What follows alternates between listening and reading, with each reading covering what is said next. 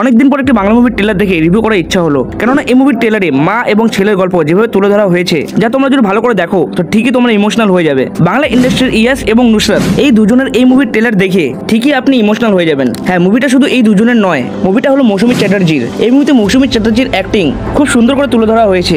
আর এদিকে ইয়াস এবং নুসরাত, যাদের এই আরি মুভির ট্রেলার দেখে আপনাদের অনেকটা বেটার ট্রেলার মনে হবে, কেননা এই ট্রেলারের অ্যাক্টিংয়ে ইয়াসও কম নয়। তিনি এই ট্রেলারে যেভাবে অ্যাক্টিং করেছেন তা দেখে এই ট্রেলারের কমেন্ট বক্সে একদম পজিটিভ রিভিউ দেখা যাচ্ছে।